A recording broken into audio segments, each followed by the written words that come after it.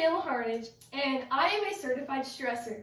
Today for my speech class, I'm going to be digging deeper into one of my favorite quotes. Can you remember a time in your life where you were stressing over something?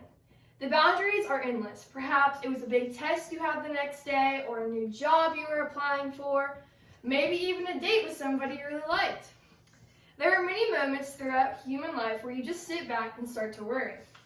Worrying about how this bad grade is going to affect your future for colleges, or getting fired for something you didn't do is going to affect how you get a job. According to CounselHeal.com, the average person spends around 5 years of their entire life worrying.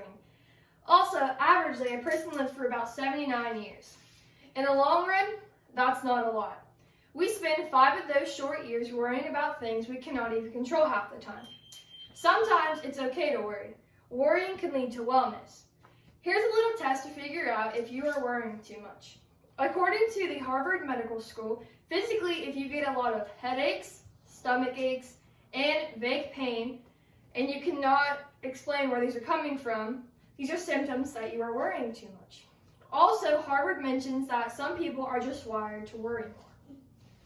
In 2019, a survey by the New York Times was used to find out which country stressed the most. America was number 1. This survey is done annually for the last decade. 55% of Americans experience a lot of stress a day, compared to 35% globally. Now, you may be wondering how this relates to you. Everyone has experienced stress in different ways. The statistics I've mentioned is hopefully opening your eyes to realizing we cannot change it when we need to move on. It's hard. I'm a master of stress. I stress over if I have enough time to shower. It's really affected my life, but I found this quote by Robert Frost. In 3 words, I can sum up everything I've learned in my life. It goes on. Such a simple yet powerful quote. Robert Frost, a poet, was known to search for dark meditations on many themes. He earned 4 Pulitzer Prizes. He said this phrase during his 80th birthday party. This quote is all about how you should live life with 0 regrets. Life can throw many obstacles, but ultimately the opportunities for laughing, love, and success is much more than the stress and worry. The best is yet to come. This quote has helped a lot of people transition their lives, including me. Being a teenager, according to PA, have more stress compared to adults. At times, I felt like my life was ending. A little extreme? Yeah.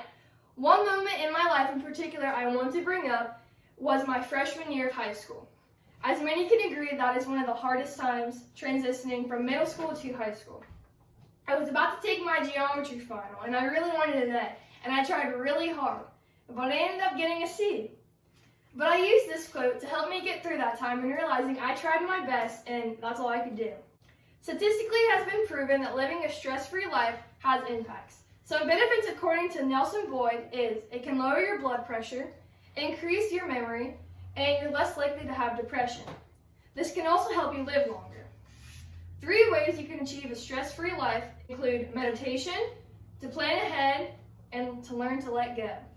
At the end of the day, if you cannot control the outcome, you should not worry about it. Letting go is one of the hardest things a person can do, but the sooner you realize the negative impacts, you can begin an almost perfect life. Although it is not totally possible to be stress-free all the time, it is possible to try. The first step is to try and let go of something that affected you years ago. Everything happens for a reason. And remember, as Robert Frost said, it goes on. Thank you.